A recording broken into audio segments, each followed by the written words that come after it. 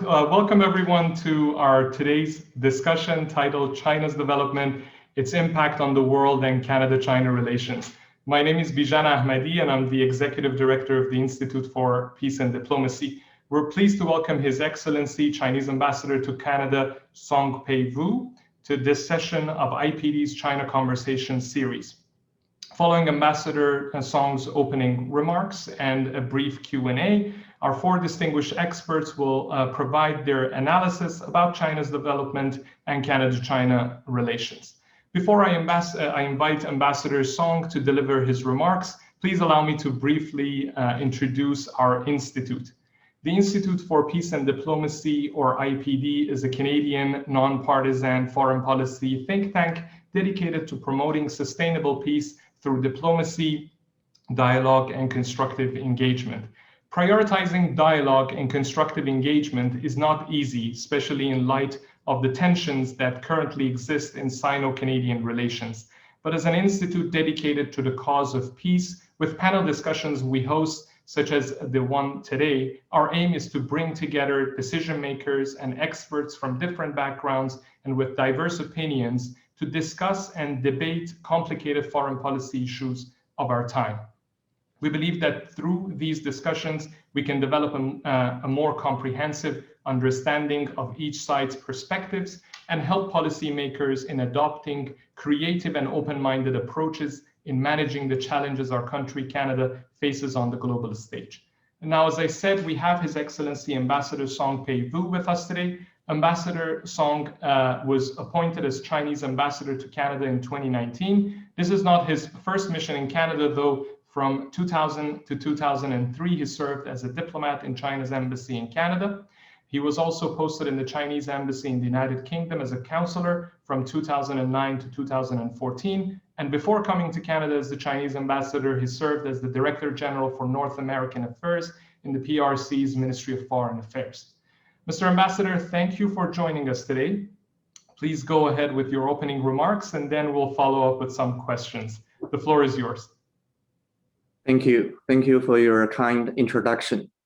Good evening, everyone. It's my great pleasure to attend the webinar organized by D. And I think people's interests are for the China's development and its implication for the world. So in recent years, with the growing of its overall strength, China is playing an increasingly important role in the international stage. The international community is paying more attention to China. I would like to take this opportunity to talk about China's development and its implication for the world and the China-Canada relations. The year 2021 marks the centenary of the Communist Party of China.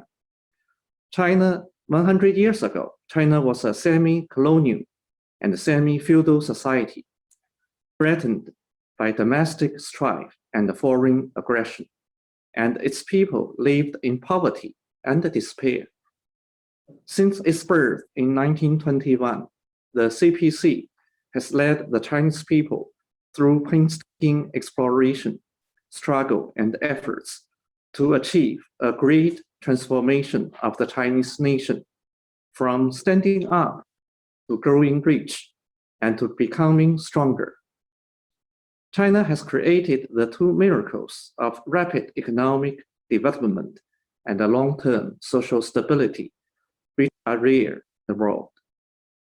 Now China has become the second largest economy and the largest industrial country in the world. 2021 is the year of China's 14th five-year plan. China has embarked on a journey toward fully building a modern socialist country, entered a new stage of development. China's great achievements are mainly due to the following reasons: adhering to the leadership of the CPC. All that the CPC does is to pursue happiness for the Chinese people, rejuvenation for the Chinese nation, and the common good for the world. The development of China cannot be achieved without the leadership of the CPC. which is the right choice made by history and the Chinese people. The leadership of the CPC has the heartfelt support of 1.4 billion Chinese people. Polls conducted by international authoritative institutions show that the Chinese people's satisfaction with the Chinese Communist Party and the Chinese government has exceeded 90% for many years. And also, I think one of the important reasons for China's success is adhering to socialism with Chinese characteristics. Under the guidance of Xi Jinping thought on socialism, its Chinese characteristics for a new era, China upholds comprehensively deepening reforms, advancing the modernization of the national governance system and the governance capacity, adhering to the new development concept, building a new development pattern, promoting overall law-based governance, safeguarding and improving people's livelihood, and the harmonious coexistence of man and nature.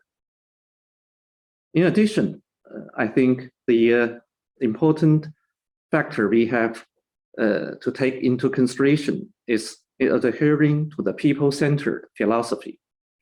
China has succeeded in eliminating absolute poverty, and the people's livelihood and well-being are being continuously improved. China has built the world's largest social security system, with basic medical insurance covering more than 1.3 billion people. During the 14-year, five-year plan period, the basic pension insurance participation rate will increase to 95%. The average life expectancy will increase by 1 year to 78.3 years. We will make further efforts to achieve common prosperity for all. China is always a builder of world peace, a contributor to global development, and a guardian of global order. While achieving its own development, China strives to inject positive energy into world's peace and development. China is a pillar of world peace. Since the founding of the People's Republic of China, the Chinese government has been pursuing an independent foreign policy of peace. In recent years, in view of the changes of the international situation, China has put forward important ideas, such as building a new type of international relations and building a community with a shared future for mankind. Over the past 70 years, China has never started a war, nor occupied an inch of land of others. China is committed to dealing with territorial issues and the maritime delimitation disputes through negotiations and consultations. China will never seek hegemony, expansion, or sphere of influence, nor will China ever engage in an arms race.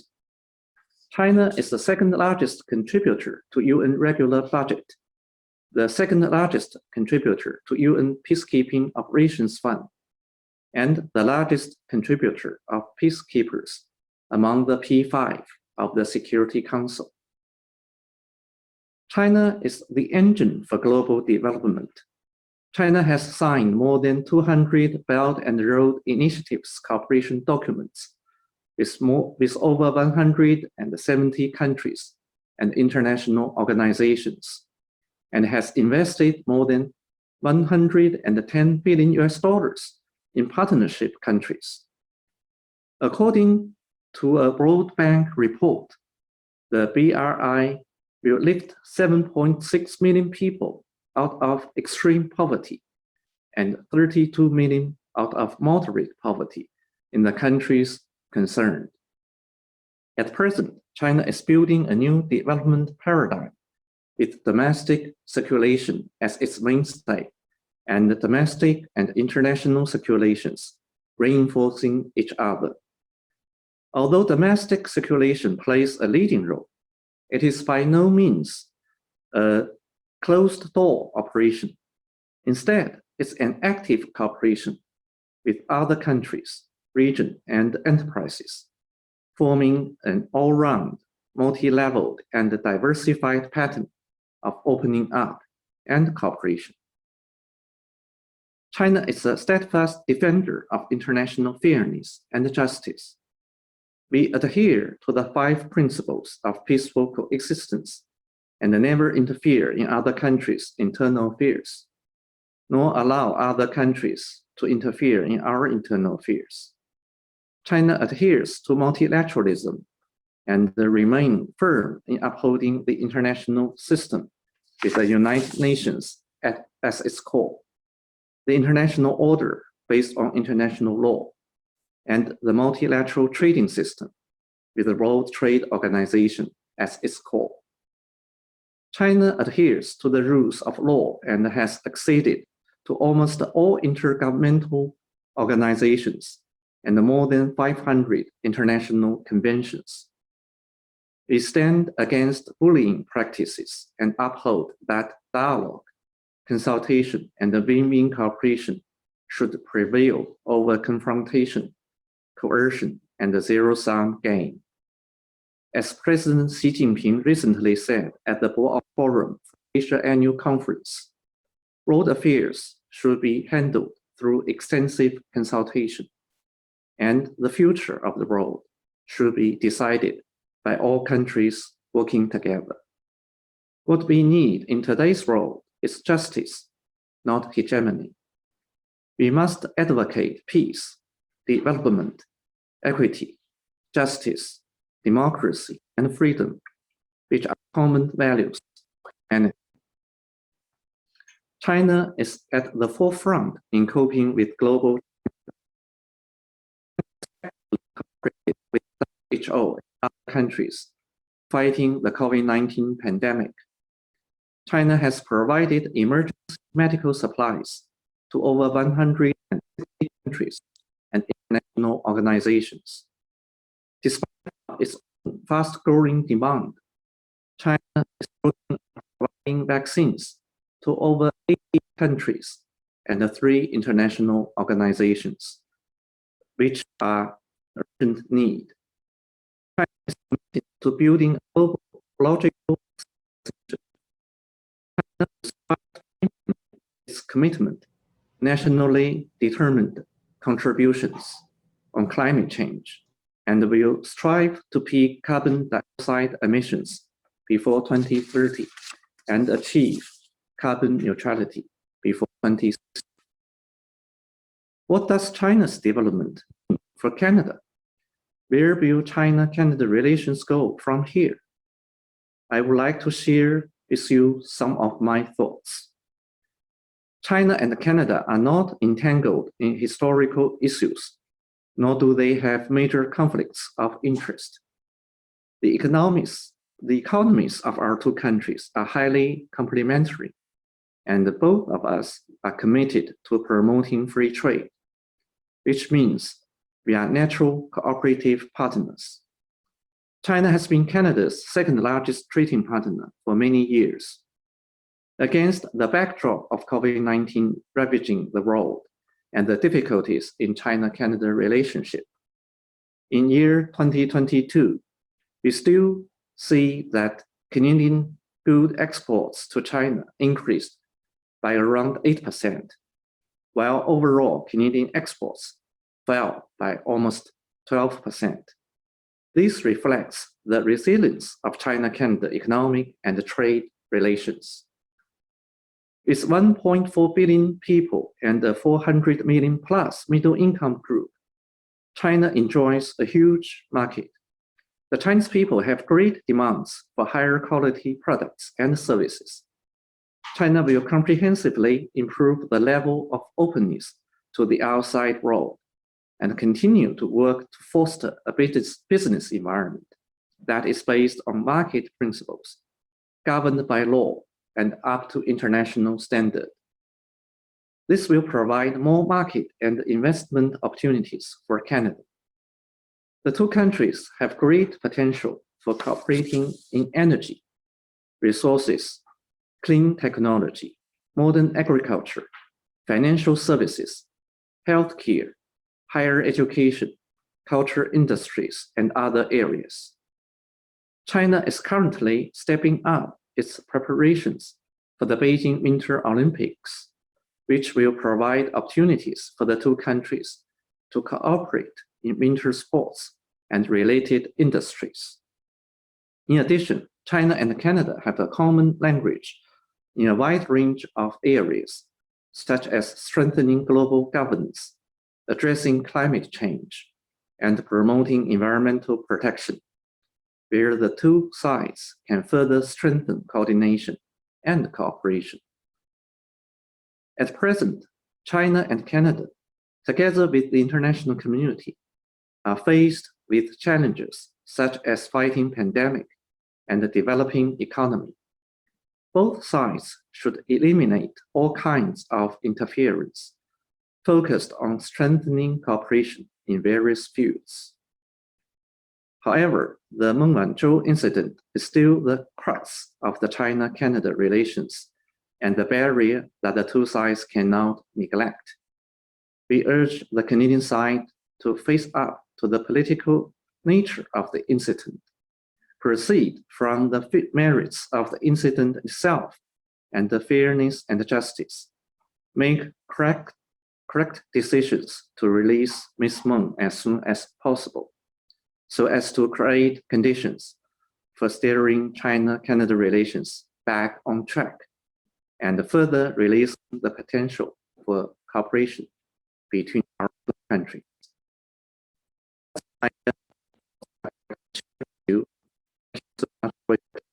And I will ask your questions. Thank you, Mr. Ambassador. So for this part, I'll start with a follow-up question, and then I invite our panelists to join us as well. But I invite our panelists to turn their video cameras on. Mr. Ambassador, the detention of two Canadian citizens, Michael Kovrig and Michael Spavor, and the extradition case against Madam Meng Wanzhou have significantly damaged bilateral relations between our countries.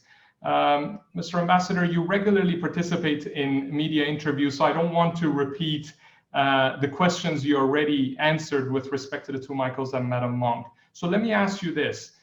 Many Canadians were hopeful that with President Biden in the White House, there will be constructive talks between US and China, and that these talks can lead to solutions that might be able to secure the safe return of the two Michaels and also address Madam Meng's case. But the US-China summit in Anchorage was not very optimistic. Could you please provide our audience with an update about US-China talks and how you think these talks can impact the critical issues in Canada-China bilateral relations as well? The meeting in Anchorage, I think people's attention are on the opening remarks, which caught someone, by surprise. But actually, I think for the following sessions, behind, closed doors, it's still a constructive dialogue. And I think dialogue is always better than confrontation. And when it comes to the issue, concerning the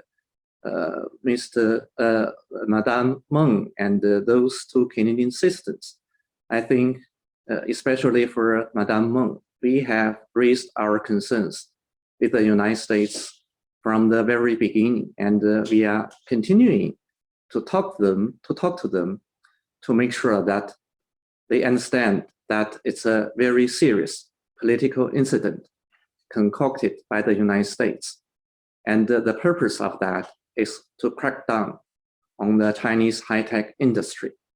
So we ask the United States, and even up to now, for them to withdraw, the extradition request for Madame Meng.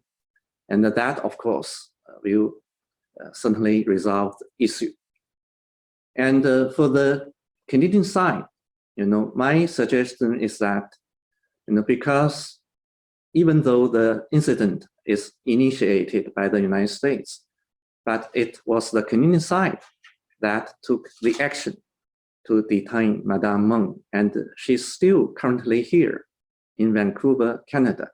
So that's why we urge the Canadian side to make the right decision and to release Madame Meng as soon as possible.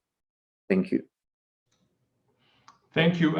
In the interest of time, I'll move to the next questions from our panelists. I know that Dr. Jiang, after this part, in the second part, will introduce the panelists, so I'm not going to go through that to save some time. Peggy Mason, President of Rideau Institute, please go ahead if you have any questions. Thank you. Thank you.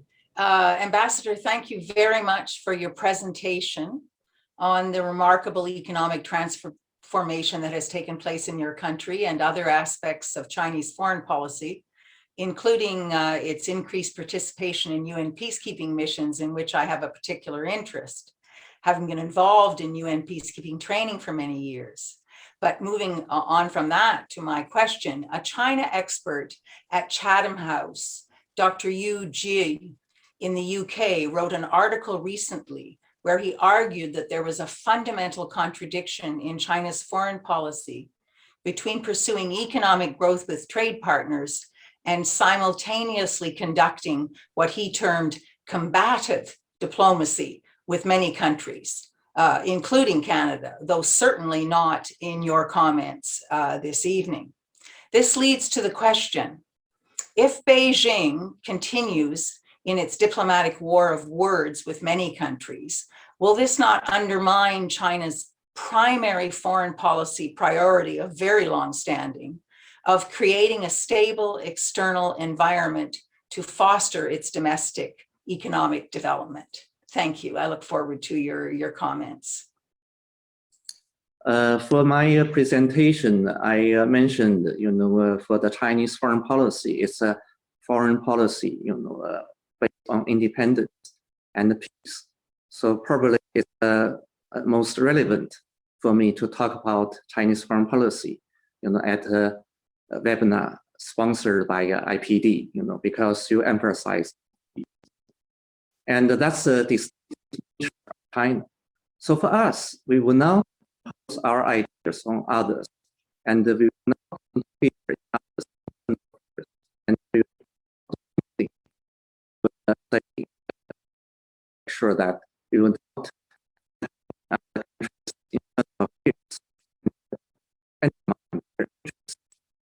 we will not make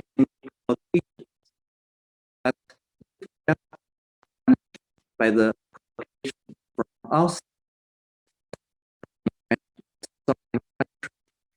We will take resolute measures to counter that. So, you see, actions determined, in making sure we will take resolute actions to safeguard our national interest and our sovereignty and territorial integrity. It is not because China is becoming aggressive, but a small number of countries, they have been engaged in recent years with all those actions, to interfere in our domestic affairs and to undermine our national security, like the Xinjiang-related issue, for example. Xinjiang is enjoying peace and stability and the harmony among all ethnic groups, and the Uyghur population increased, more than doubled in the past 4 decades, and it was increased by 2.55 million in 8 years alone from 2010 to 2018. But some in Canada and in a certain number of countries has labeled that as genocide. How can it come that there's genocide in Xinjiang? And there are more than 24,000 mosques in Xinjiang, and that means 1 for average 530 Muslims in Xinjiang. That figure is impressive. So there's no culture genocide at all either. And for those people, some of them are just, they don't have, quite this kind of information available because they had been misled by this media coverage. by BBC.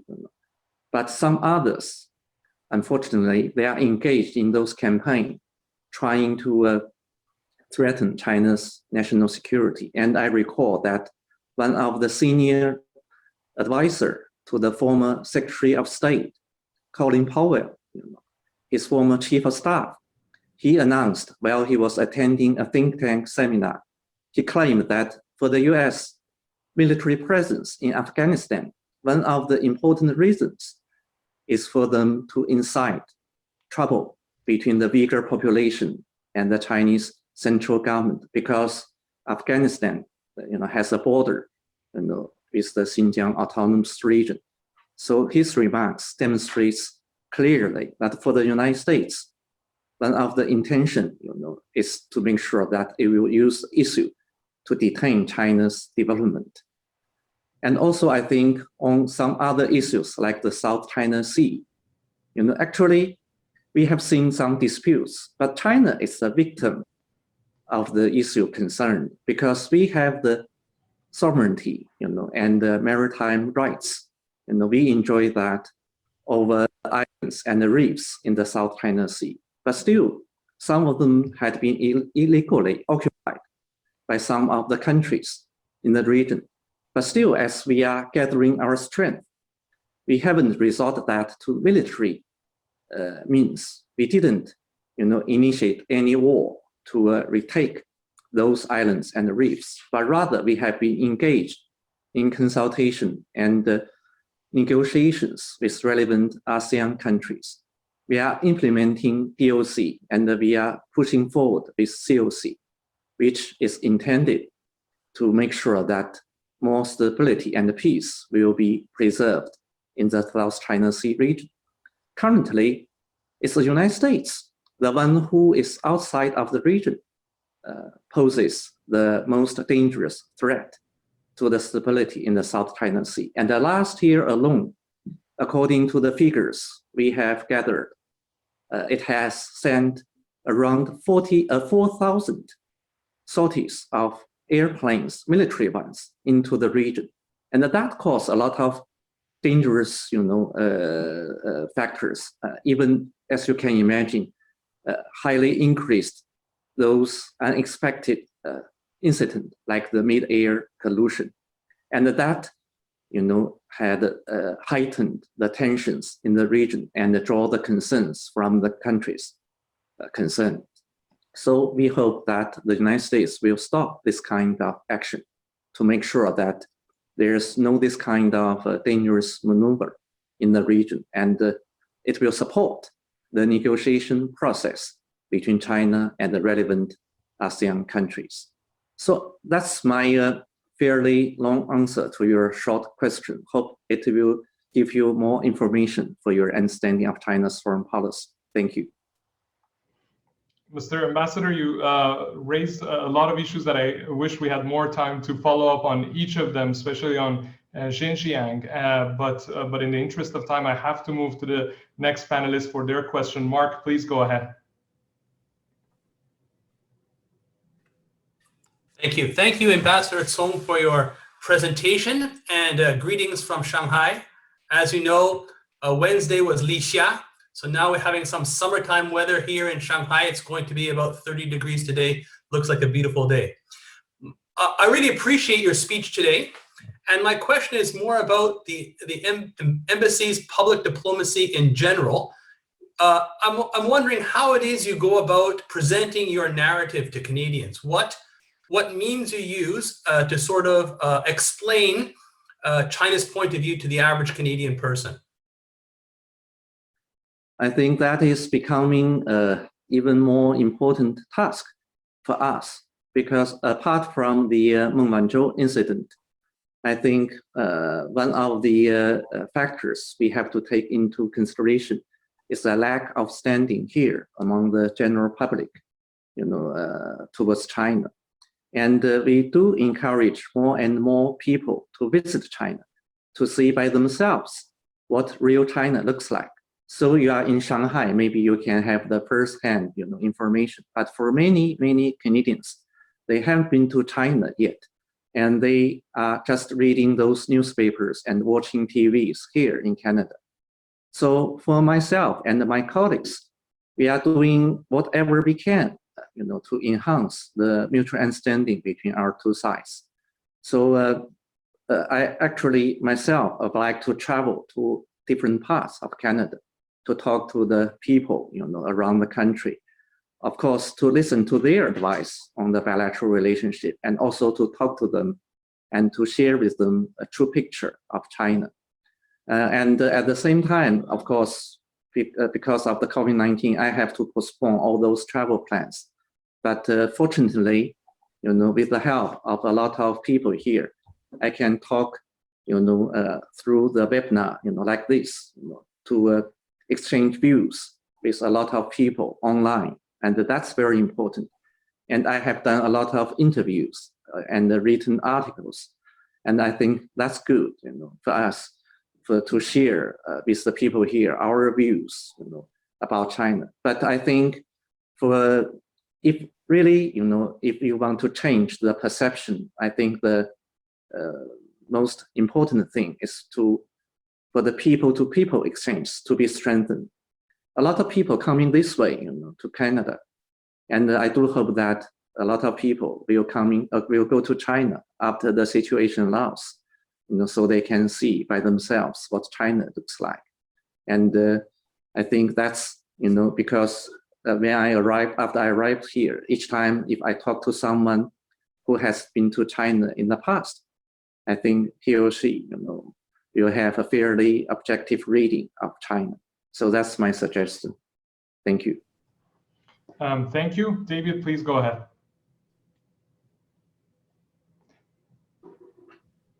Thank you, Mr. Ambassador, for those interesting and insightful comments. I want to commend the director of the Institute for doing a commendable job regarding a difficult subject. It is timely, it's important, it's absolutely vital that we have this kind of public debate and discussion. As the ambassador said, the only path forward ultimately for a country like Canada is diplomacy and dialogue. I want to focus my question on a different kind of war, and that's the war on COVID-19, and frame it in terms of the geopolitical struggles that are now preeminent, guiding essentially world politics in a way that is not suited to Canadian interests, let alone the interests of most middle powers. What do China and the US, as the primary players in the international system today, need to do to get the world back on track, reinvigorate a multilateral international order, if you will, to combat something that is a global phenomena that is clearly unmanageable through a process of vaccine nationalism, which seems to take paramount interest right now over and above what I would call vaccine diplomacy. It seems that we've created opportunities for cooperation that are waiting for us to be acted upon. Instead, what we've seen is rivalry in a new area of interest for both these countries, which is only going to hurt those countries that don't have access to vaccines and so on. So in your words, or in your view, what does China, alongside the United States, need to do to reinvigorate a system that is sadly lacking in addressing these global calamities, such as the pandemic? I think the Biden administration announced that it's coming back, to the world stage. Of course, we welcome that. At the same time, we want to make sure that it will honor its commitment, and the multilateralism it seeks will be a true multilateralism, not just a multilateralism in rhetoric or just group politics. I think that is, the issue that people should pay attention to, because of course we have making some progress, like about 2 weeks ago, the climate summit sponsored by the US administration, and also Canada, China, a lot of countries took part in that. And I think that was a very positive step forward. But as you are looking around, you mentioned the vaccine, things like that, of that. For us, I think we should work, together to make sure that those developing countries, they are having better access to the vaccines, because they are the one, in urgent need, for those vaccines. And we shouldn't have any weak link for our fight in the virus, because it's a common challenge to the humankind. And there's no victory, until, all the people are free, from the danger of being infected. So I think that's important. And I understand Canada also has a great interest in doing that. So it is hoped that Canada, China, the United States, and all the other countries can join hands in doing that. And China, as I mentioned, we are doing a lot in this front. And I think one thing worries me is that for the United States, it's still, being engaged in some group politics, like in the Asia Pacific. It's calling for the Indo-Pacific strategy and the formation and strengthening of the Quad, the mechanism of that. And that tells us, when, demonstrated by those actions and policy announcements among those countries concerned, still it's like the Quad is trying to stoke confrontation in the region, rather than being engaged in a true and inclusive dialogue among the region. And it's undermining the existing multilateral and regional mechanism in the region. We have APEC, we have RCEP in place, and those are the ones which representing the ideas and the consensus of the countries and the regions. But unfortunately, just for a small group, of the Quad, I think it's running against the trend of the times. So I suggest that in this regard, people should be aware of the trend of the times and to do something that is conducive for the inclusiveness and openness of the Asia Pacific region, rather than forcing some countries to take sides. We don't like that idea, because it will draw the region into a Cold War scenario, and that is against all the interests. And I think for G20, it's also a very useful platform, and whether it's the United States or China or Canada, we can do a lot of things together to make sure G20 will play a more positive role in the fighting against the virus and in the reviving the world economy and to relieve the debt of the developing countries. Last year, it has done something very good in making sure that there was an initiative in place to relieve the debt burden of the countries, especially in African countries. And China is actively taking part in the initiative. But here now we see that G7, which just concluded its session, the foreign ministers one in London, a lot of time had been wasted on pointing fingers at China with all those groundless accusations, instead of making concrete actions on fighting pandemic and reviving the global economy. I think it's the opportunity lost. So I do urge the United States and its allies to make sure that they understand what the true threat are, for the whole world. It's a climate change, it's a pandemic, it's a lack of vitality in the global economy, and it's a protectionism, it's a unilateralism, So people should be united in fighting, in coping with all those issues. And I think China, as a major country, will shoulder our responsibilities, and we are willing to work with other countries, including Canada. You always claim that you are a middle power. We are too modest. We actually pay a lot of attention and value your constructive role in areas, in institutions like United Nations, G20, APEC. And I do believe you can play a very important role in this regard. And we are willing to step up the coordination and cooperation with Canada on all those important fronts. Thank you. Thank you. Wenran, please go ahead. Well, thanks, Bijan.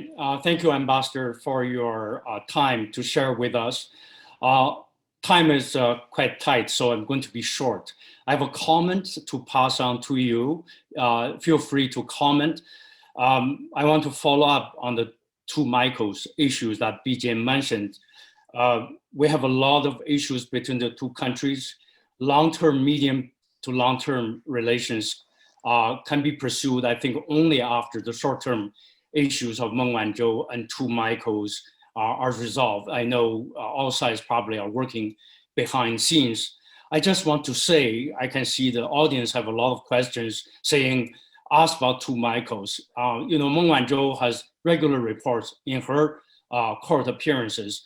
We know very little about what's going on with two Michaels.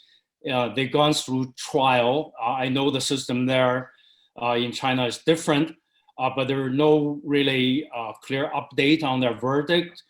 So some of the colleagues, I personally know Michael Kovrig, I know his wife, and I know the professor of Michael Spavor, and that professor at the University of Calgary, very worried. He's a family friend. So to many people in Canada, in general, in public, but also people, diplomats and others, these are also personal. Would there be a possibility for you to pass on these concerns? You're the ambassador from China to Canada. Sometimes it could happen in the cases like this. The two Michaels were doing perfectly what they perceived to be very normal activities in China. Well, they were accused of something the Chinese authorities thought they had violated national security related laws. The two sides could have a profound misunderstanding here. So people say if that's the case, the two Michaels really were not aware they were doing anything illegal, where the Chinese authorities might thought they have done something illegal. We would like to see this, the Canadian public in general would like to see more reports out of this and get the two Michaels case resolved as soon as possible. So Ambassador, just passing on these comments through you and hope you can pass the message to relevant authorities, and certainly if you want to remark on it, that would be welcome. Thank you. I believe that on the part of China, we are aware of the opinions, here towards those two Canadian citizens. For us, China is a country with rule of law. So we are handling the cases, the relevant judicial authorities are handling the cases according to law, and to make sure that their lawful rights, are ensured. Although they had been, prosecuted for the suspected crimes, undermining Chinese national security, but still, we are doing what we can to ensure their lawful rights. And also, I think when it comes to the treatment, there's no, discrimination, for the treatment for those two Canadian citizens. Their lawful rights are ensured. So I think my suggestion is that for the people, although we are aware of your opinions, but also we have our judicial system, just as you have your judicial system. So please also respect our judicial system as we respect your judicial system. So that's my suggestion. Thank you. And with that, we end the first part of our panel, of our event today. I want to once again thank Ambassador Song for joining us today. Mr. Ambassador, if you have time, you're more than welcome to stay online and watch the panel discussion that follows as well. To start the second part of our event today, I would like to invite Dr. Wenran Jiang to take over. Dr. Jiang is a member of the IPD Advisory Board and the Director of Canada-China Energy and Environment Forum. Dr. Jiang, thanks for accepting to moderate the panel today. Please go ahead. The floor is yours. If, Ambassador, there is any concluding remarks you want to make briefly, please go ahead before we say goodbye to you. Thank you. I would like to express my appreciation once again for IPD providing me with this opportunity. And it's also a very constructive exchange of views with you all. And I'm looking forward to more of that in coming months and years. Thanks a lot and all the best to you.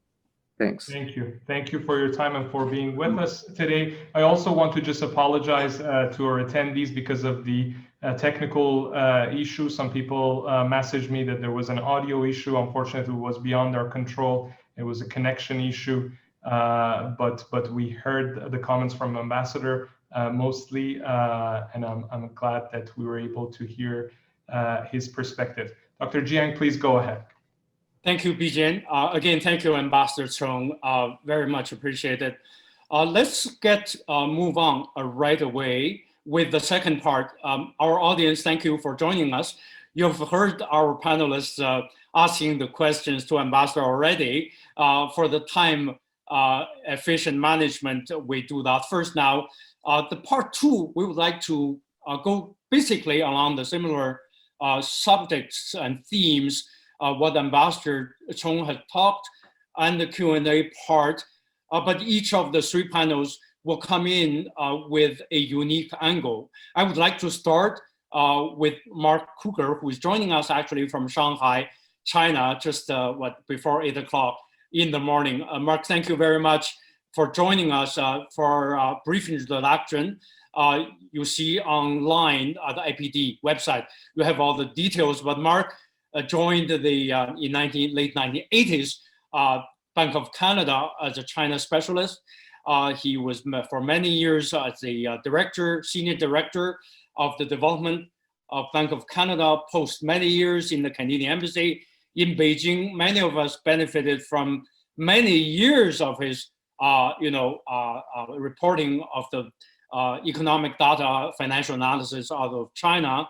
Now he retired from Bank of Canada, being the opinion editor of Yichai, which is a major Chinese financial economic magazine, and the Yichai Research Institute as a senior fellow. He also is affiliated as senior fellow with the Canadian Global Affairs Institute, with China Institute at the University of Alberta, among many other roles. And he writes a weekly column, I think is one of the best out of China in terms of numbers, and it's called China Numbers by Mark Kruger. So Mark, I understand you want to share with us about some China development issues based on your columns and maybe even sharing a PPT. Go ahead, Mark, thank you.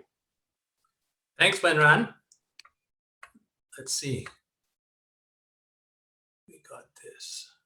Can you see the screen okay? Mm-hmm. Okay, so let me just launch right into this. I want to talk about China's engagement with the world from an economic perspective. And if you look at the 14th five-year plan, there's really an undercurrent of self-reliance that goes all the way through it. On the supply side of the economy, we see a push for innovation-driven development. The government has set ambitious targets for research and development, the creation of patents, and the value added of digital technologies.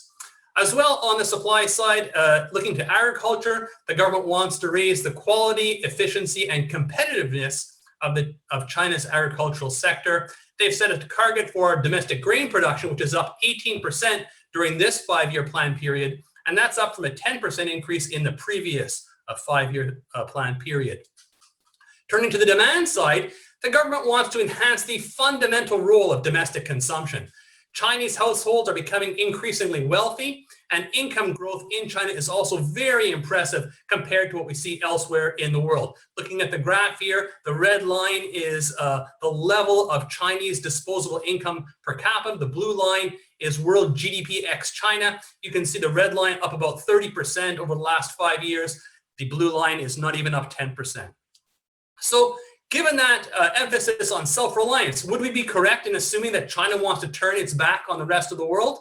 Well, in my opinion, that would be foolhardy. China's productivity still lags the global leaders. China wants to continue moving towards the global technological frontier, and it needs foreign know-how to do that. So in return for that foreign know-how, what does China offer the rest of the world? China offers a large and growing market. This gives firms an opportunity to scale up new products and processes, and this is likely to be most attractive to smaller countries like Canada that don't have huge domestic markets. So it's this kind of trade-off, this kind of bargain that really underpins the dual circulation strategy, which Ambassador Song alluded to earlier. This is the development paradigm proposed by Xi Jinping about a year ago. In this paradigm, the domestic circulation plays the leading role. The international circulation makes the domestic circulation more efficient, and both sides benefit. So what I want to do is quickly look at China's balance of the payments accounts. These are China's transactions with the rest of the world, to show that, in fact, this dual circulation strategy is playing out to everyone's benefit. This graph here shows you current flows. This is the sum of all current account flows between China and the rest of the world. So this is payments for goods, imports and exports of goods, imports and exports of services, and income flows. Now, last year was an extremely terrible year for the global trade. Global trade completely collapsed, yet China's current transactions actually increased slightly to 5.7 trillion. It's actually the second highest amount on record. China's exports and imports of goods both grew modestly, which is no mean feat considering the global context. Things were not quite as good on the service side. There is a huge decline in cross-border travel. As I'm sure you're all aware of, the pandemic made it impossible to travel. I was hoping to go home last summer. That didn't happen. However, the context here is, China does actually do a lot of traveling. Those are strong service exports for China's trading partners. Now, if we look through that decline in travel, we see very strong growth in two-way information and communication technology service trade. That's that blue line in the graph. You can see it's a strong trend, and it can increase that strong trend last year. Moreover, two-way payments for intellectual property, that's the orange line in the graph, that was also very strong last year. China's payments for intellectual property have actually tripled over the last decade, and its receipts have increased tenfold from a lower base. Now, the balance of payments accounts also record transactions in assets. I want to look first at transactions in real assets. We call that foreign direct investment. Now, foreign direct investment is the construction of new facilities in a third country, or cross-border mergers and acquisitions. These are typically long-term investments, and they are not easily liquidated. Last year was a terrible year for global FDI.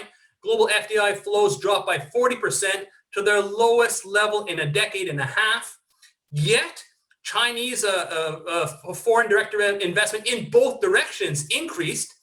On the inflow side, this is the graph I'm showing you here, inflows increased significantly given the trend, and China passed the US to be the world's #1 FDI recipient. Another type of asset flow tracked by the balance of payments are portfolio flows. These are cross-border investments in financial assets, typically stocks and bonds. These are shorter term and more liquid than the foreign direct investment we just talked about.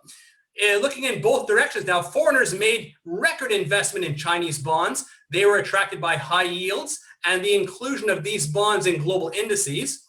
On the outflow side, Chinese investors bought more foreign equities last year than they had in the previous 4 years combined. So what's my conclusion here? Around the world, there's been a backlash against globalization. There's been a loss of respect for the rules-based multilateral trading system. China is looking to safeguard the supply of key inputs, everything from microchips to wheat. So this is their dual circulation strategy. They want to strengthen domestic demand. They want to keep the markets open. They want to import foreign know-how to improve their productivity. China's balance of payments accounts show that China is ever more intimately engaged with the rest of the world. There's been a very goods and service trade has been very resilient. Direct investment flows have been robust, and there's been a spike in two-way portfolio flows. To me, this shows that the dual circulation strategy is at work. Thank you very much.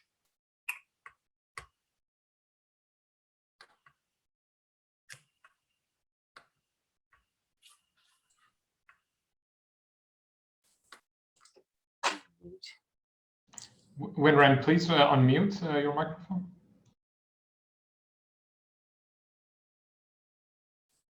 Sorry, Mark. I forgot my microphone. I thought I clicked it.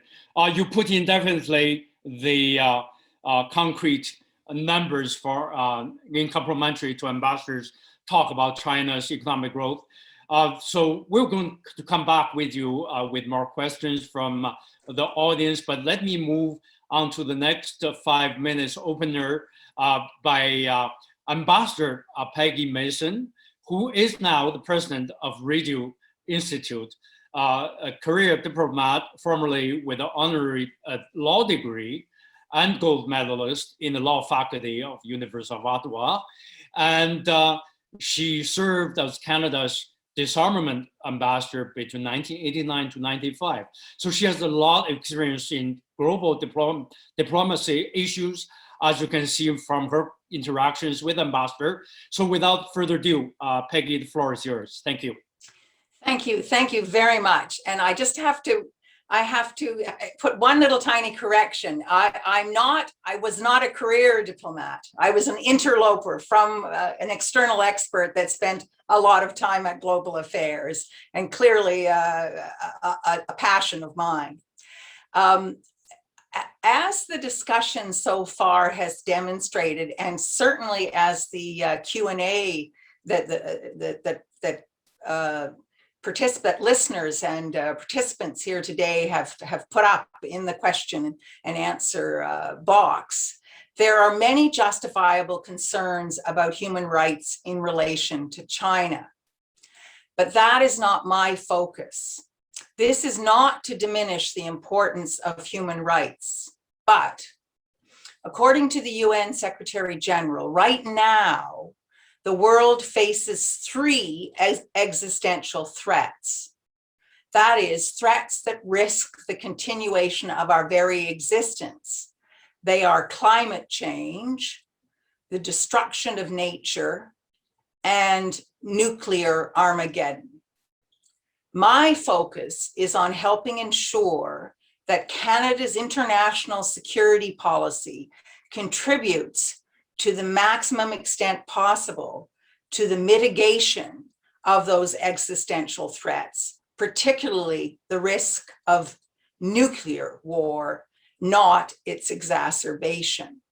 Experts believe the most likely scenario leading to nuclear war will be through miscalculation of the other side's intentions, leading to escalatory behavior which gets out of control.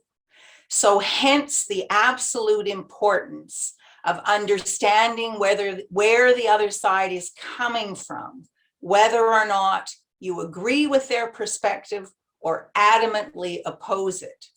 This in turn means developing as sophisticated an understanding as possible of the other side's intentions and capabilities, all of which is incredibly challenging in current circumstances where the black and white headlines that the public sees daily do not paint a nuanced picture of the concerns of the other side.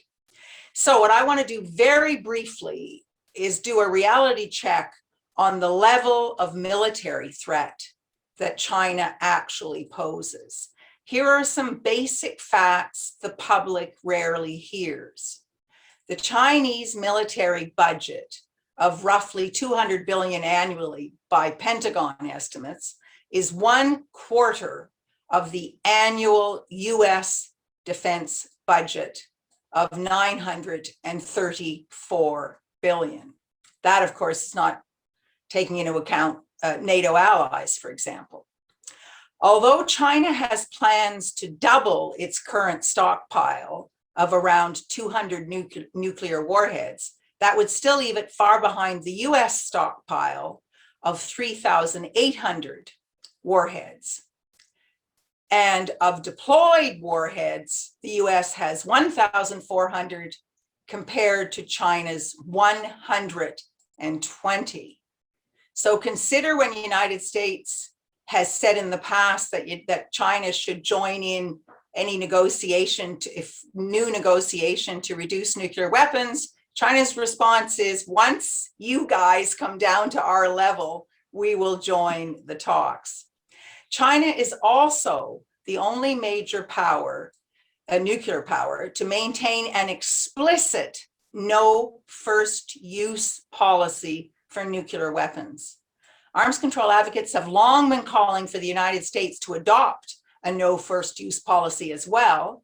The latest argumentation being from a 5 May 2021 article in the Bulletin of Atomic Scientists by former Australian Foreign Minister Gareth Evans. And there's a lot of interest, particularly in this, because President Biden as a candidate indicated that he had great sympathy with moving the United States to this position. China is routinely claimed to be an existential threat to the West. That is a threat to our very existence. Yet it is absolutely clear that China, as a military power, has no ability to destroy the United States without destroying itself.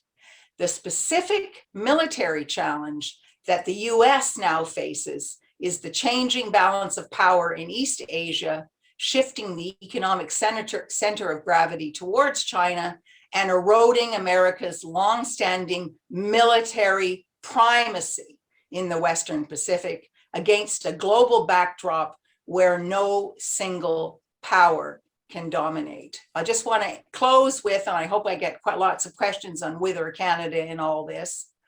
It is tragic to think that back in 1989 to 94, when I first came when I was involved at Global Affairs and International Security Policy, Canada was playing a leading role in the promotion of a regional security dialogue in Northeast Asia, known as the North Pacific Cooperative Security Dialogue, engaging all the countries of the sub-region, including China and North Korea. But we let that drop for obscure internal bureaucratic reasons after a change in government, and Northeast Asia to this day lacks such a security dialogue mechanism. Canada, instead, the dialogues are in the various groups, as the ambassador referenced.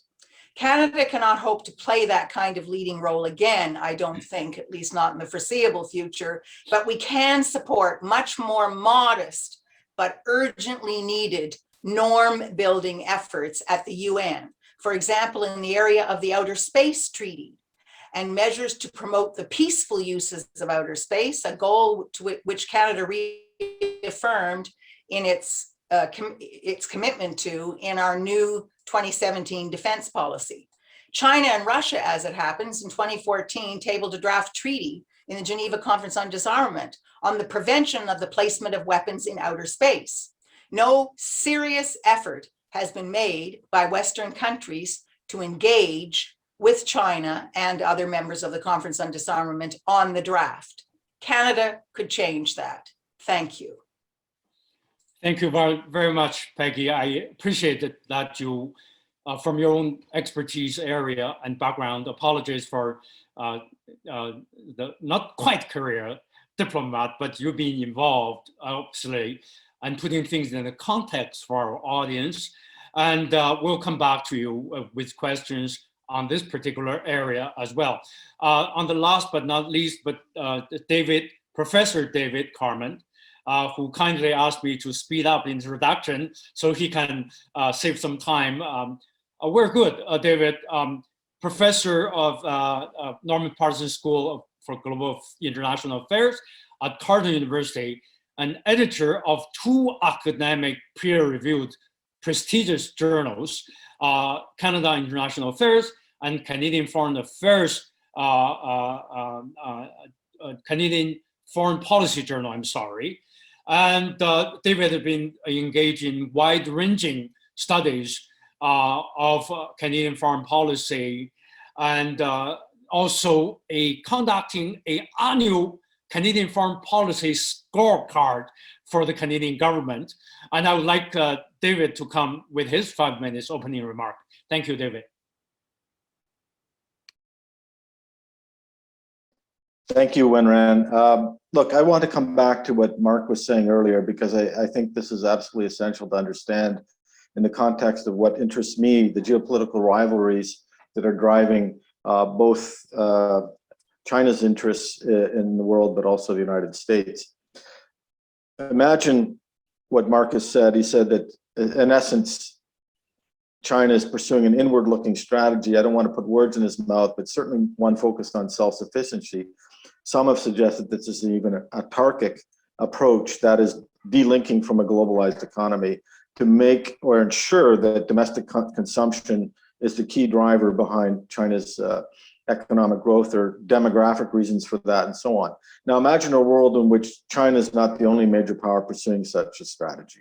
In fact, that's the world Canada is currently living in. That other major power is the United States. It is also pursuing self-sufficiency through its America First agenda. It is pursuing an agenda that is very much focused on reinvigorating the local national economy. It's looking at trade in terms of how it can leverage that to advantage its own interests.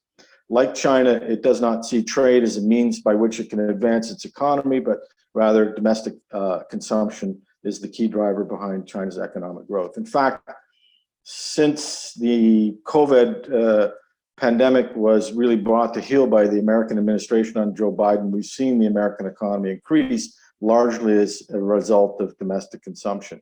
So we have, in essence, two very large, powerful economies, in fact, the first and second largest economies in the world, looking inward. Now imagine a country in which an inward-looking strategy simply will not our domestic interest. That country is Canada, a country that depends by virtue of its small population on a globalized economy, trading relations, and so on. A country that cannot abide by the two major powers pursuing their own interests, potentially at the expense of other countries. So what I want to suggest here is that we are very much, as someone else has said, stuck in the middle. Now, as Peggy has suggested, Canada had opportunities to re-engage in areas that is now considering re-engaging in the North Pacific, for example, and for whatever reason we dropped the ball. So now we have to contemplate whether we wish to support the United States in its efforts to contain China and to delink from the Chinese economy. And there are a number of reasons why that's both problematic and not in Canadian interest, and that's where I intend to focus my comments. Historically, Canada has always been interested in trade diversification, going back at least to Pierre Trudeau, the third option, and so on. This is a stated goal of all governments that have basically tried to engage a globalized economy since the 1970s onward. In addition to pursuing diversification, of course, there's a desire to reduce dependence on the United States. And the third objective would be to pursue those two objectives through a rules-based system, an interfora, to ensure that whatever Canada pursues is not going to be caught out by more powerful countries at Canada's expense. Well, fortunately, in pursuing a more diverse trade agenda and reducing dependence on the US, we've encountered three different problems, all of which precede the arrival of COVID-19, but have been exacerbated by the presence of the pandemic. First of all, Canada's current relations with China can only really be understood through the relationship we have with the United States. I know this is an uncomfortable proposition, but much of our foreign policy agenda is currently driven by the way in which we engage the United States. The United States has made China the most important issue on its agenda. This indeed predates Donald Trump. It has bipartisan support. It is something that galvanizes public opinion in the United States right across the board, federal, state level. That geopolitical rivalry is leading to a kind of foreign policy from the United States in particular that is weaponizing its extraterritoriality, its overreach, if you will. And we've seen examples of that through the arrest of Meng Wanzhou. There's reasonable evidence to suggest that there was undue pressure brought on the officials who arrested her, that evidence was withheld. There's even some question as to whether she should have been detained in Canada, given that the incidences occurred in Hong Kong. So there's a lot in the international and the domestic media that is not being carefully examined with respect to how she's been treated regarding the detention. Whether you agree or not that her detention is related in part by American efforts or related to American efforts to weaken technological capacity within China is really a question that you can only be answered if you look at the larger geopolitical problems that the United States faces from China. Efforts to de-link from the global economy would suggest that indeed the US is deeply concerned about reliance on Chinese technology.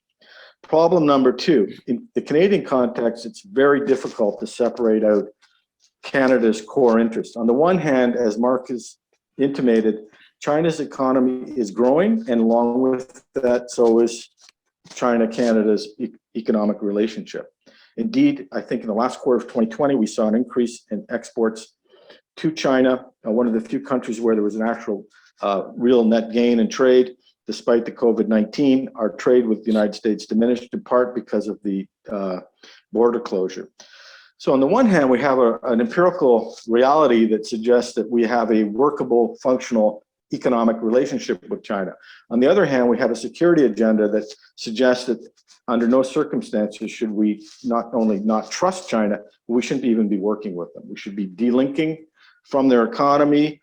We should treat them as a security threat. We get pronouncements upon pronouncements from the intelligence community and the defense community, basically stating in each and every instance that China is the single biggest security concern Canada faces, without any substantiation or evidence being provided, which is problematic for a democratic nation who needs to engage in proper public debate about the evidence that's put before them before they can render a decision. In part, that agenda regarding the securitization of our relations with China is driven by continentalists, quite frankly, who would prefer that we de-link from China and work more closely and be more closely integrated with the United States. For example, creating local supply chains as opposed to more globalized supply chains. Of course, that would create deep dependence between Canada and the US because we have so little tier one manufacturing. We are not a leader in many of the things that matter in terms of supply chain systems. Of course, a third problem is that none of this would have been exacerbated had we not had a president under Donald Trump who saw great value in leveraging American foreign policy instruments at the expense of both allies and adversaries. So in essence, the COVID-19 pandemic has exacerbated these problems, but they certainly did not create them. In essence, Canada is stuck between partisan politics on the one hand and pursuing interest-based foreign policy on the other. And the Liberal government, instead of actually engaging in a realistic evaluation of what Canada should be doing, is hedging its bets and engaging in what I would call constructive ambiguity. That is to say very little about how they will interact with China. For example, we had that decision regarding the Uyghur genocide, the motion, non-binding motion within Parliament, but the cabinet itself refrained from that decision, suggesting that the Liberals thought they could essentially have their cake and eat it too. They would not incur the wrath of China on the one hand, while they would allow the parliamentary bodies to speak to the people. We've seen similar kind of constructive ambiguity when it comes to working with Huawei, letting the market essentially decide, letting the major telcos in Canada determine whether or not and how they should remove Huawei equipment from their 5G infrastructure. So what we have is essentially a vacuum of leadership regarding very seminal issues, and it's being dominated by groups who clearly see that there's some advantage in securitizing our foreign policy vis-a-vis China. This is not a phenomenon unique to Canada by any stretch. In fact, we're fortunate that we are so deeply integrated and dependent on the United States.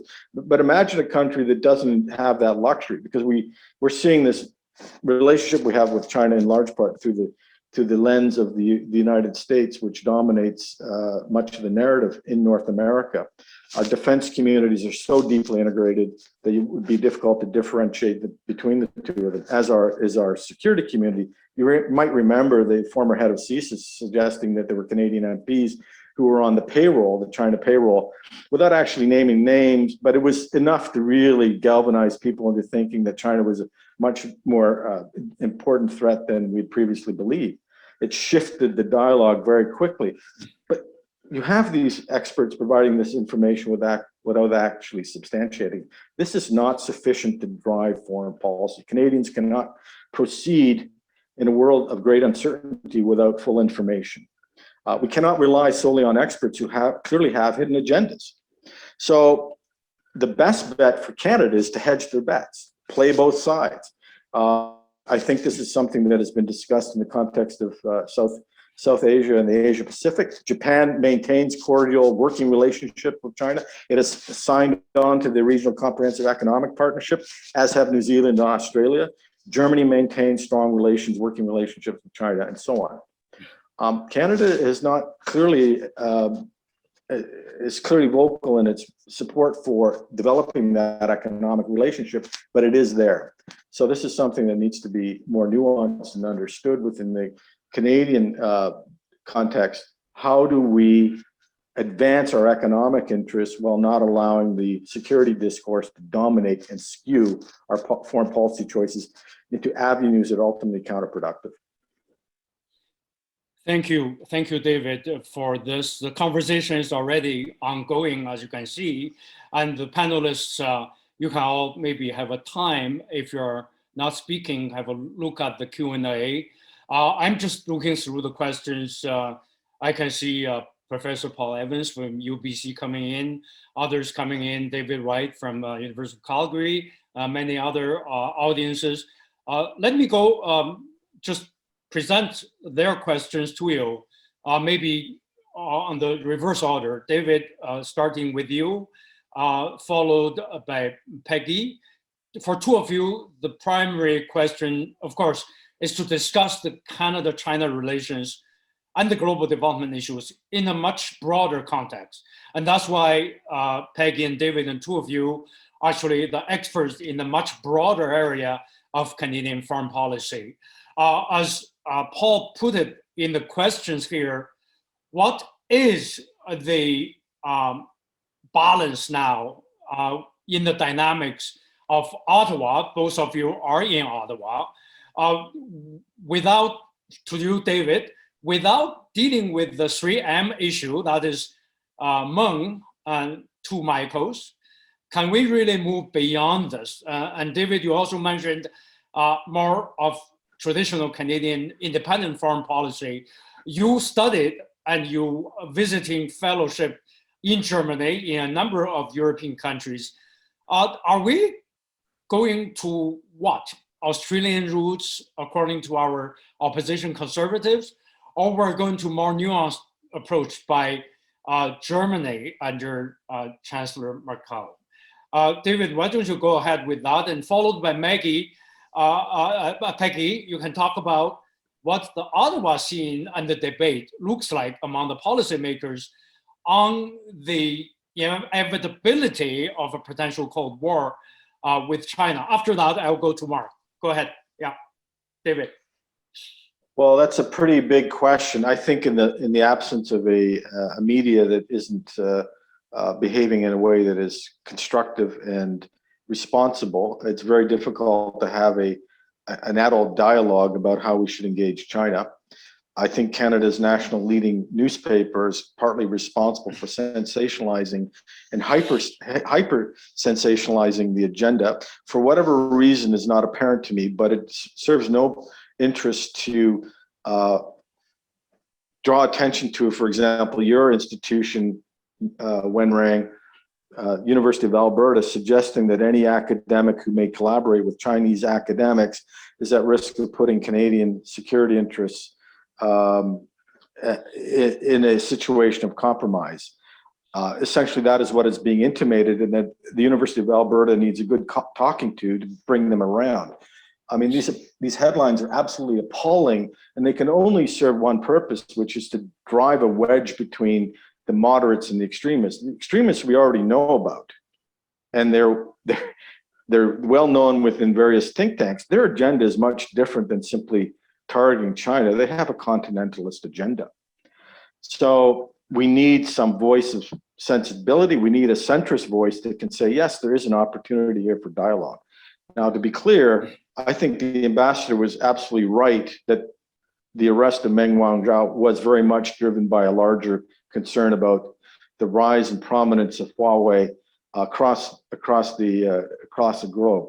Now, for example, Donald Trump intimated at the very early stages of her arrest that he would be willing to intervene and obtain her release in exchange for trade favors that China would be willing to offer.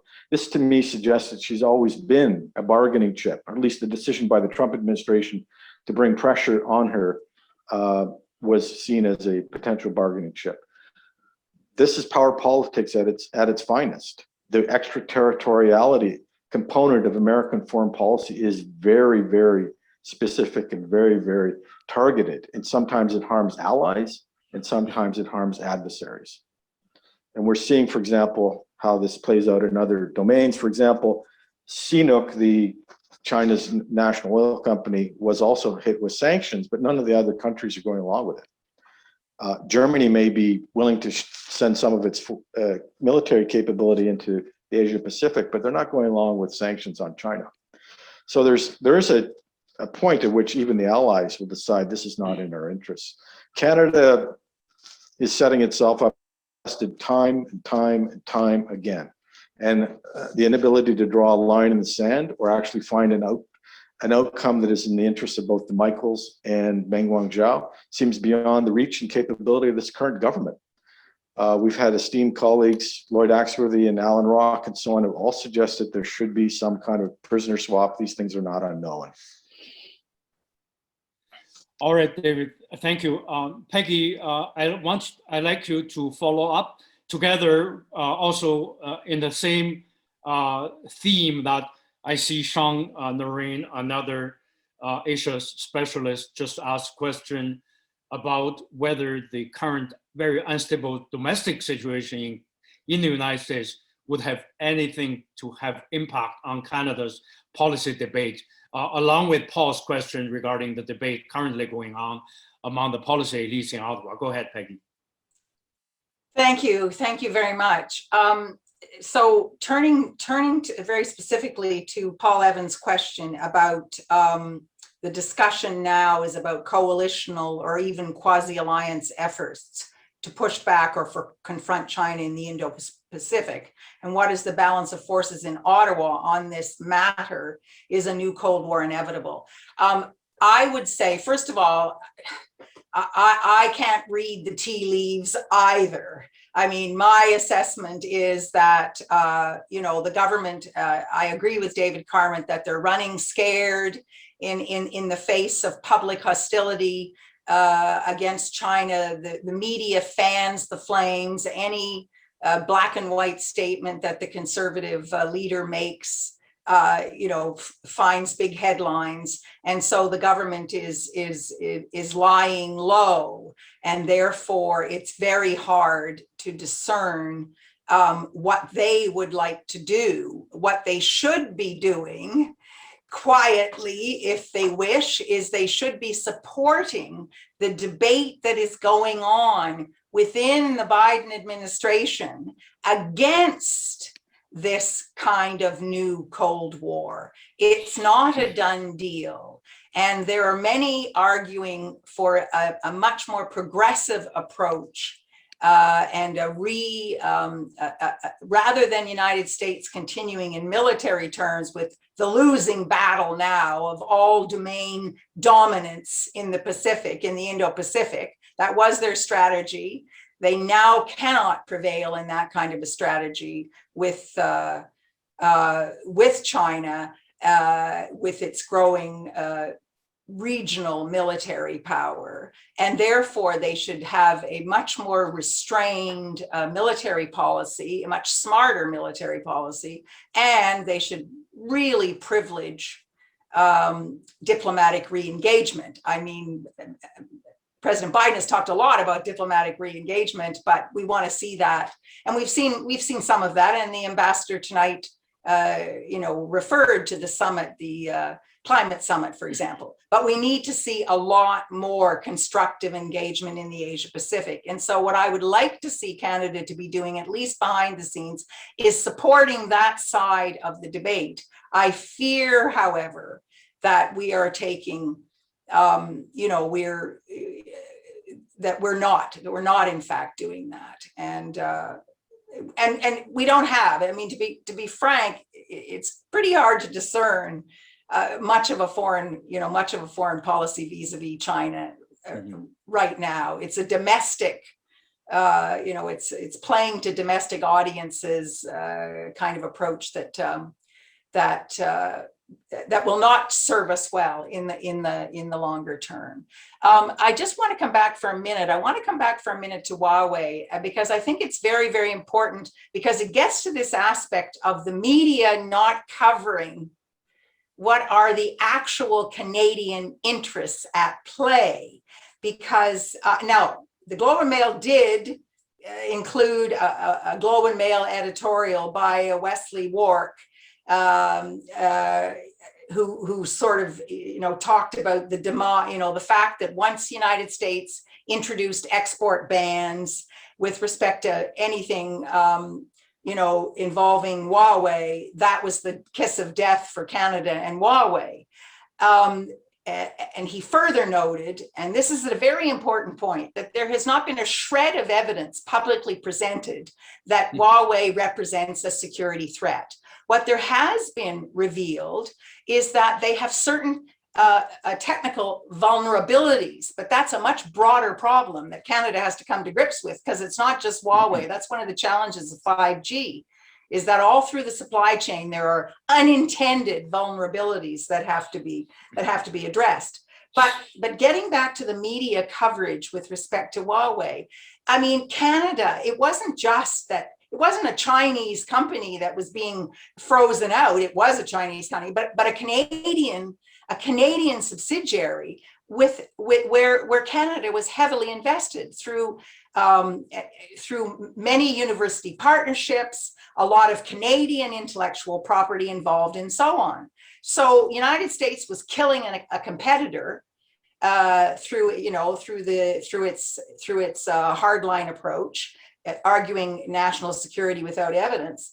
But it was also really having a negative impact on Canadian innovation and leadership in 5G. And that aspect, other than that, a couple of articles in the papers, that aspect is invisible.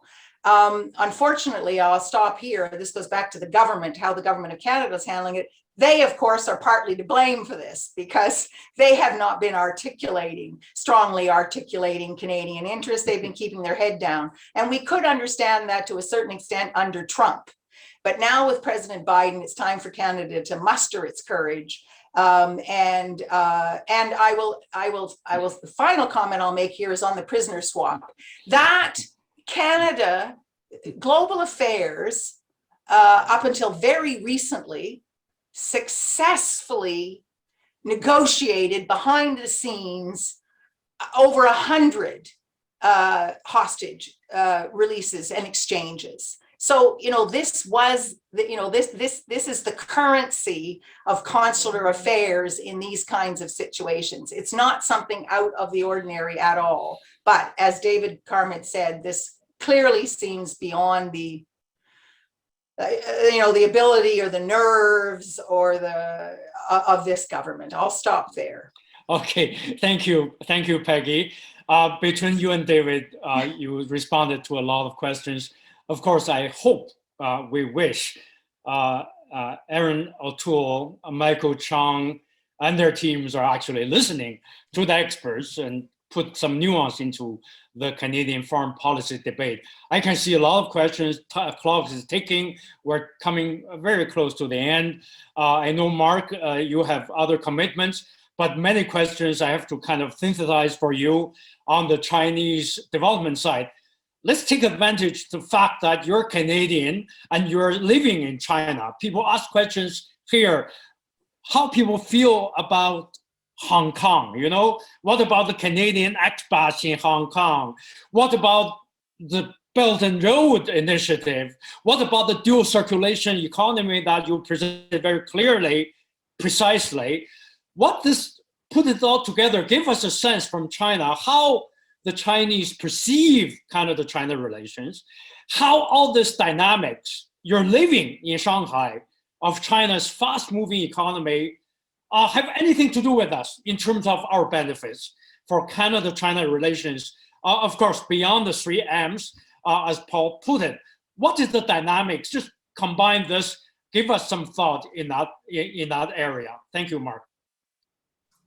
Thanks, Wenran. Let me say this. I've been living in Shanghai about 2 years now. And I've previously lived 10 years in Beijing and Tianjin. So I've been in China for 12 years, over a 35-year period. So, you know, even in Shanghai, which is the most sophisticated city in China, there are very few foreigners, and especially the number of foreigners here has been reduced by COVID, right? A lot of folks went home, which is kind of a bad idea, and it's very difficult to get back and difficult for me to travel home. So very few foreigners out here. And so even in this city, you know, we're a bit of a curiosity, and people ask me all the time, like, where are you from? And I said, well, I'm from Canada. And you know, never once have I heard a negative comment. Never once have I said, well, gee, Canada-China relationship, is it a bad, but it's too bad about that. I never hear that at all. I only hear, that's great, and that's wonderful, and hope you like it here, and what are you doing? And Wenran, as you pointed out, I work for a Chinese company. I work for a Chinese media company. And so I'm not just only meeting the man on the street and the woman on the street. I'm meeting, you know, professionals, and we have talks about all kinds of different things. And never once have they said, gee, you know, too bad about China-Canada relations. So my sense is that, you know, there's this stuff that goes on at the political level. There's all this noise, and it's really terrible, and it's really depressing if you listen to it.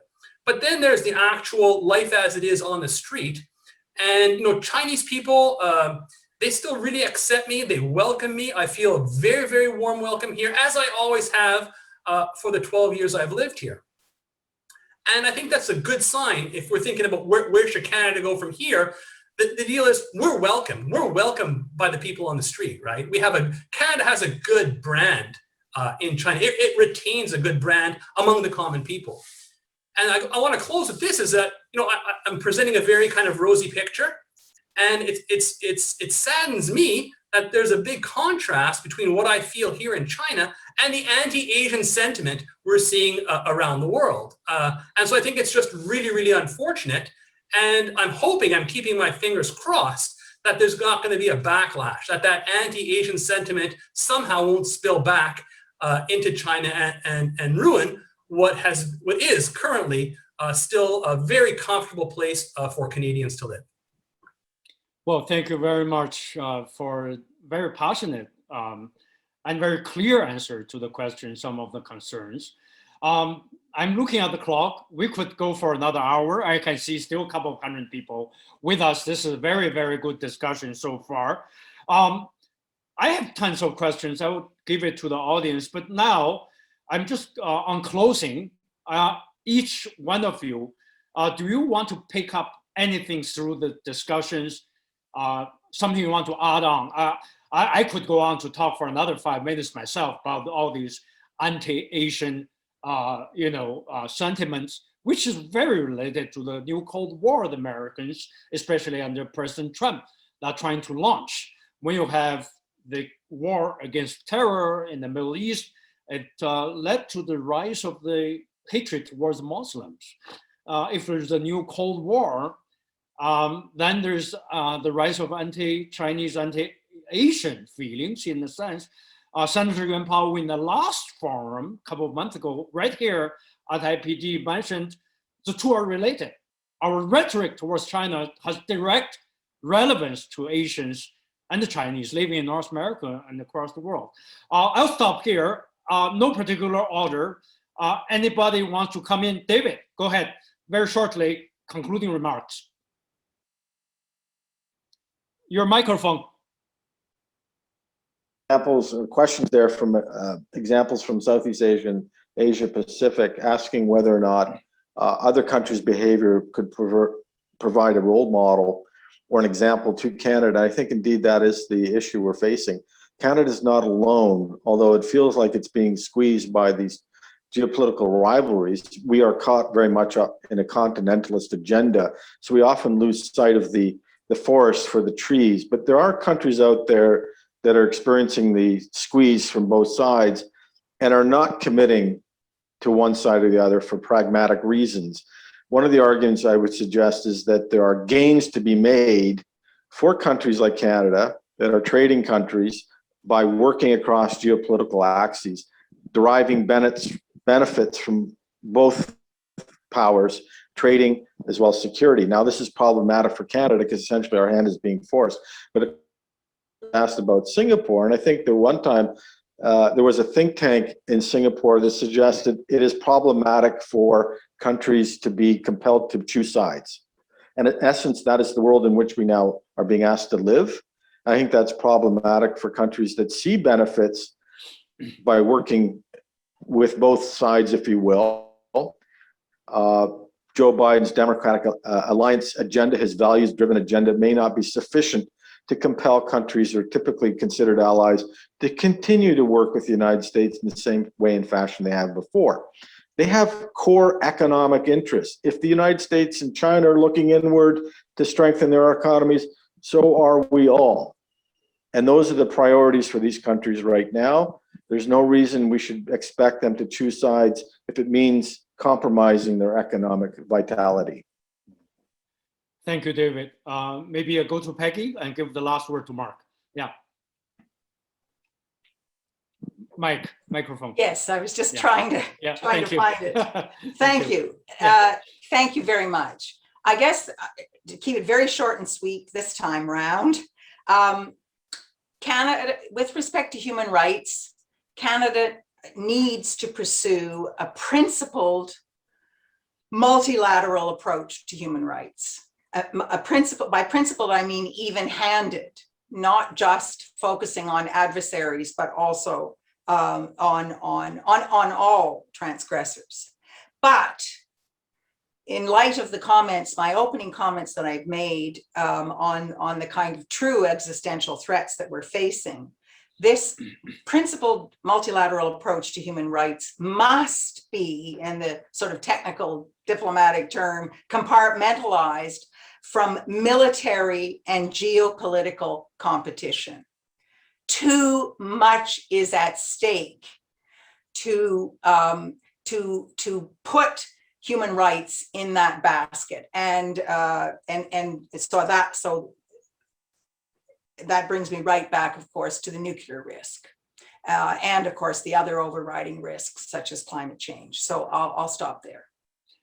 Thank you all very much. Thank you, Peggy. Very, very strong argument. Thank you. Mark, last word for you. Thanks, Wenran. I always like to get the last word in.